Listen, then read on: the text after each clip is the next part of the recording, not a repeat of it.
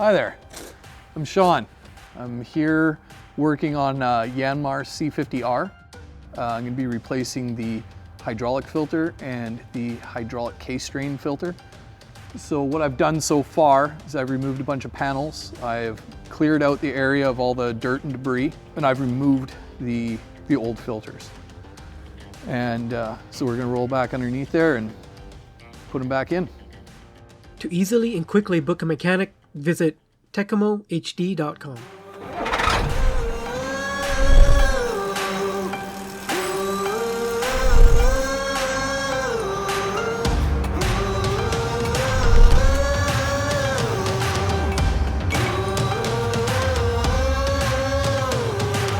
Welcome to Service Call, a mechanic's guide to service, troubleshooting, and repair.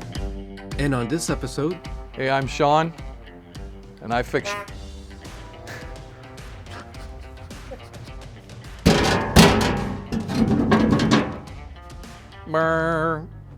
Hey, I'm Shawn, and I... Cute. Get trained.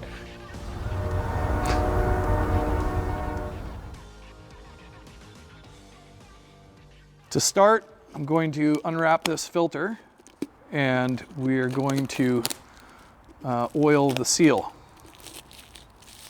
so that when you're putting it on, it lubricates the seal as you're putting it on. So if it was dry, it'd come up and it would kind of stop. You can't put it on quite as far. If you lubricate this, it gives it the ability to slide a little bit on the mounting surface and compress the seal and give you a better seal. So I'm going to start with a little light oil on my wonderfully clean hands. And just oil the seal just like that. So this filter does not need to be primed. And by priming, I mean we do not need to pre-fill the filter before installing. We just lubricate the seal like that and then spin it on. And most often there will be instructions on the filter. It tells you how far to turn it. This one here has a series of arrows. So once the seal comes up into contact with the seat, you spin the filter as directed. Sometimes it's a third of a turn, half a turn, quarter turn. Sometimes it just says turn until you see letter A or B or whatever the case may be. So yeah, I'm going to go and install this. But first, let's talk about PPE. So in a situation like this, when you're working under equipment, the proper PPE to wear, of course, coveralls mostly just protects your clothing. But safety glasses to prevent any dirt, debris, anything falling off the machine, getting into contact with your eyes, including chemicals, oil, that sort of thing. The other thing would be you don't want to get oil on your skin. Oil is carcinogenic. You just don't want that. So having a pair of gloves, or what I use is PR88. It's a hand cream that acts similar to a glove. In this situation, it's totally fine because it is oil resistant. Yeah, I would highly recommend gloves, glasses. You don't want to ruin your clothing, so putting on coveralls or something is a good idea. Another thing to think of is falling hazards. In this situation, I've already kind of gone through and looked at it. There's really no potential things that can fall on my head. So I'm not going to worry too much about a hard hat. However, in a lot of situations where you're climbing underneath something for the first time, a hard hat is a good idea, or at least a bump hat, which is kind of a smaller, more compact hard hat. So while you're underneath a machine like this, there are potential bump hazards that you could hit your head on. You could get up too early and beam your head off of this. There's plenty of things in there, so you just need to be aware of what's around you. In this particular situation, I have raised the bed of the dumper, but that was more so that I could get in there and get better access to cleaning.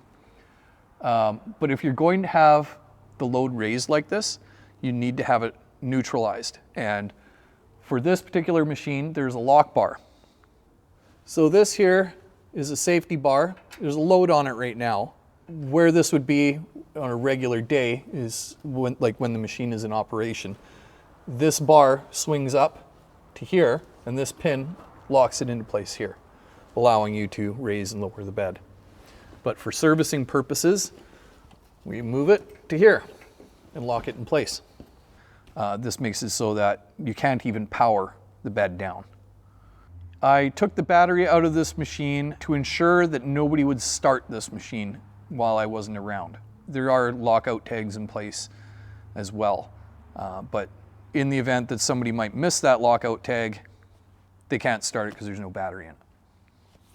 So yeah, I'm gonna go and install this. So with the filter lightly oiled, just gonna spin it on here.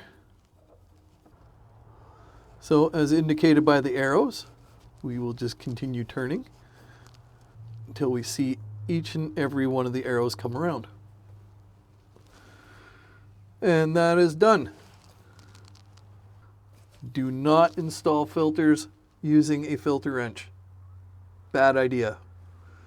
Please do not do that. All right. Moving on to the main hydraulic filter.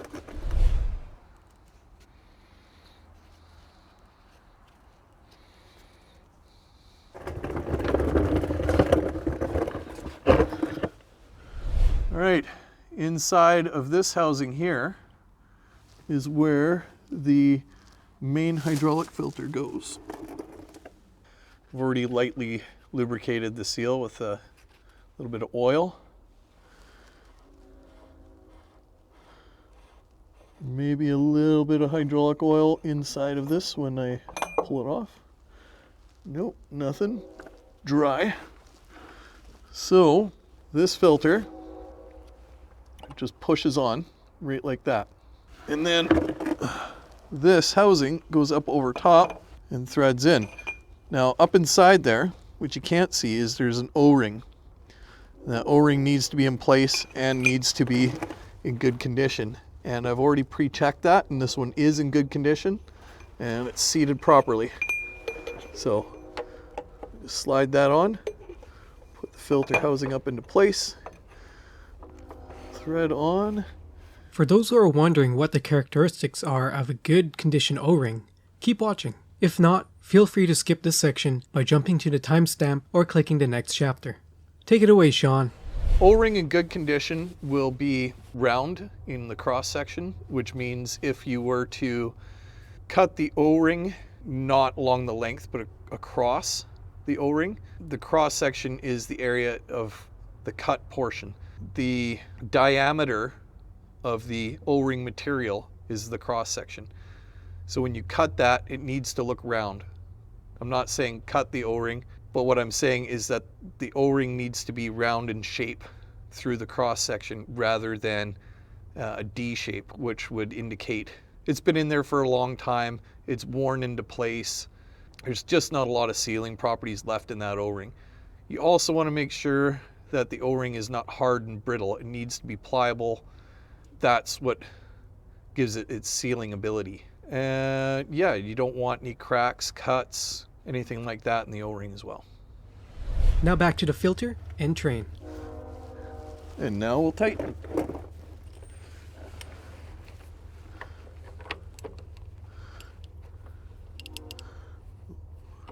Make sure the ratchet's going the right way.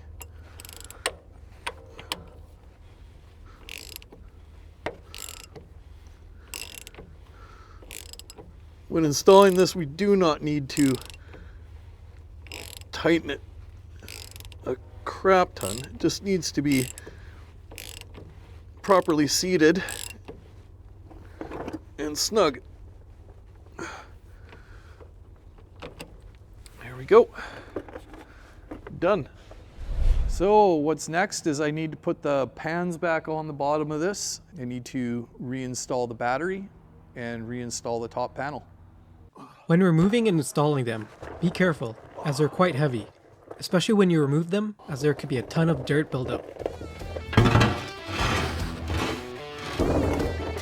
Oh.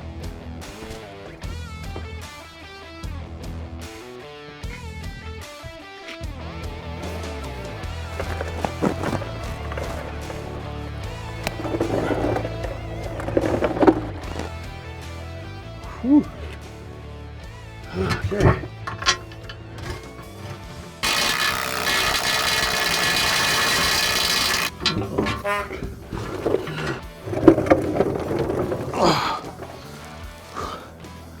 Alright. So that's it for underneath. Got one panel to put up on the top. But actually, first, before I do that, I need to check and fill the hydraulic oil.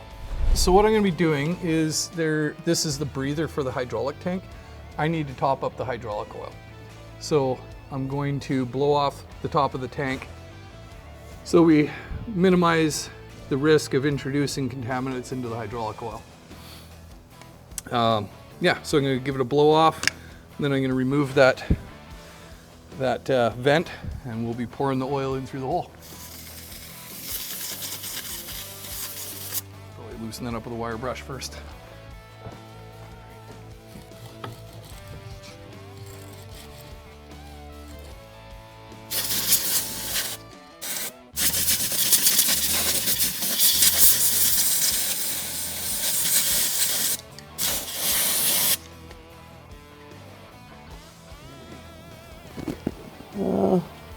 I can get at that with a big wrench.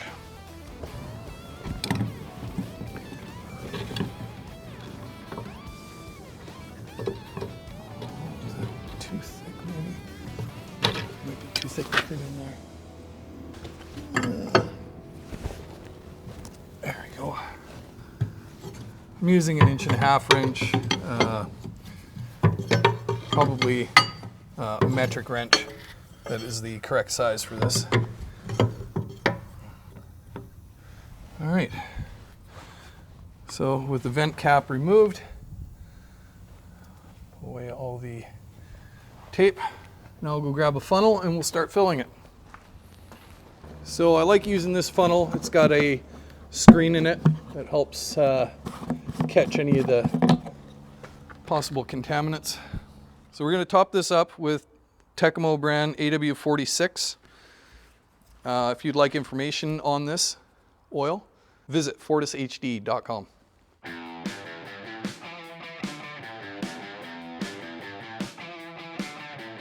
Don't see anything in the sight glass as of yet. Still draining down. The oil's a little bit slow to pass through the screen in the funnel. It's going to take some time before it shows up in the sight glass. Oil's starting to show up in the sight glass. Just lift it above the bottom line, where we would like that level to be. These two red lines. You can kind of see this one right down here. You want to have it somewhere in between these two. Midway is kind of what I'm shooting for. Okay, I think we can safely add a couple more liters, and I think it's good. So as long as the oil level lands between the two red lines, we are in the right spot. Now on this particular machine, the hydraulic oil level is not the easiest to check on this machine. To gain access to the sight glass, you would have to turn the dump box sideways, remove the panel that covers all of this to be able to access that. So it's not something that is easily checked on a walk-around inspection in the morning, beginning of the shift, but it should be checked on a regular basis, especially if you're seeing traces of oil on the ground. Make sure you're referencing your machine's manual to figure out what spec of hydraulic oil you should be using.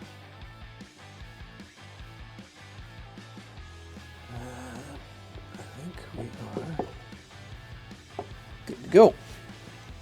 I'm putting some thread sealant on the threads here. So with it pointing towards you, you want the tail end going to the left. You're wrapping it on in a clockwise fashion. If you don't put this on, it's not the end of the world. I mean, it is a vent, so you would like for incoming air to pass through the screen or the filter that's inside of here. So preventing anything from getting in past these threads is a good idea. just as good practice, putting on thread sealing tape or thread sealing compound would be, yeah, just good practice to get into. And with the thread sealing tape, it goes on in one direction, because if you put it on in the wrong direction and you go to thread in the pipe thread component, if the tape is on in the wrong direction, it will actually peel off and be counterproductive. So the next step is I got to get the battery back into this so we can start it. And then I'm going to turn the dump box sideways so we can put the cover on. So this machine is 24 volt. So we need to make sure that the batteries are installed correctly.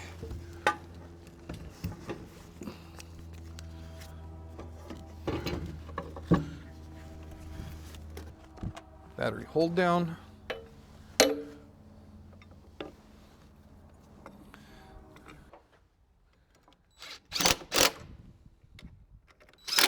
So because it is 24 volt starting system, the batteries need to be connected in the proper sequence. So you would like the positive of one battery to be connected to the negative of the other. So when connecting the batteries, it's always best to connect the ground cable last, because that leaves the circuit ungrounded. So if your wrench were to, if you're tightening up the positive terminal and your wrench were to contact the body of the machine, the circuit would not be completed because there is no ground connected yet to the machine. And then the ground gets connected last, because if we are tightening up the negative terminal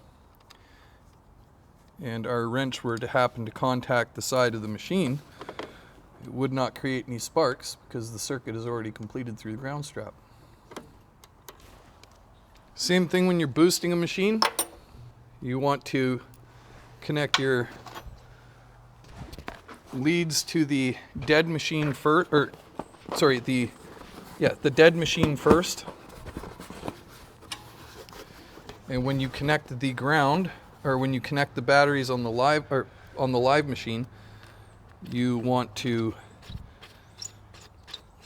connect the positive terminal first and the negative terminal last, because typically the negative terminal is mounted away from the battery. When your battery is charging, it's releasing hydrogen gas. So hydrogen is very flammable. So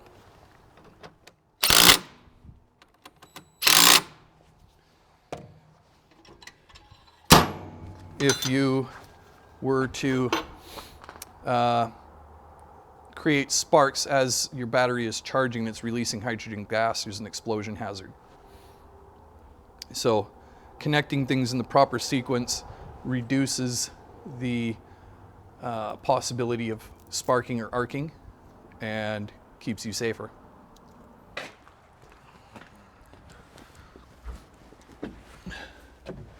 Okay, so now I'm going to fire up the machine and turn the dump box sideways so I can get the top panel on.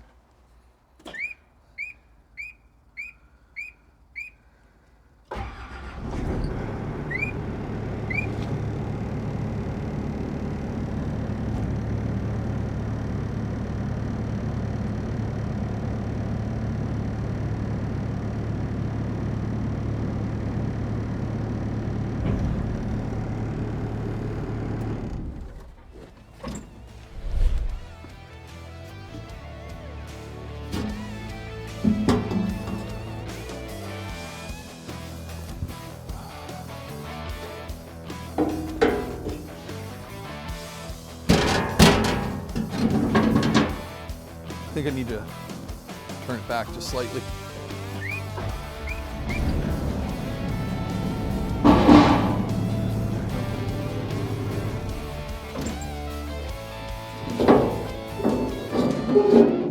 Oh man, not quite enough.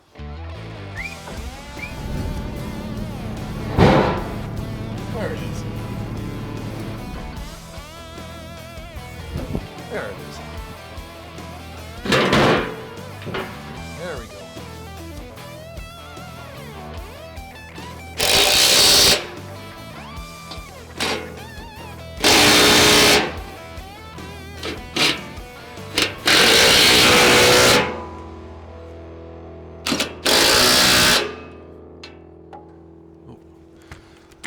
And this one back here, you have to get with a wrench.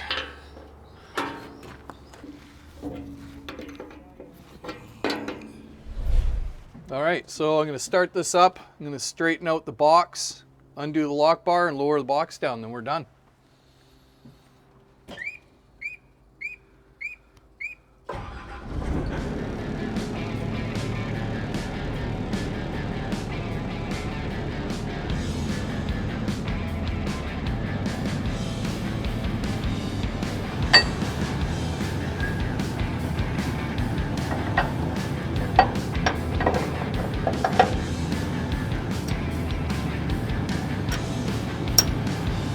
All right, I'll lower it down.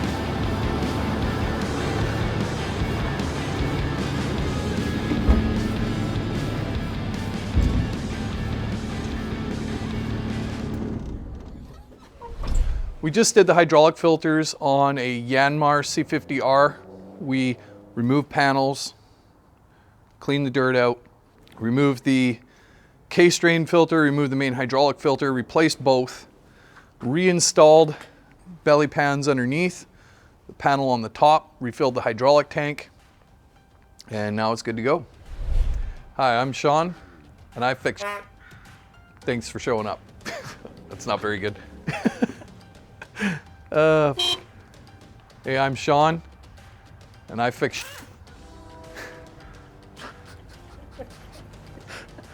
Sorry. So I'm Shawn, and I fix. Thanks for watching. Thanks for watching. If you'd like, comment, subscribe.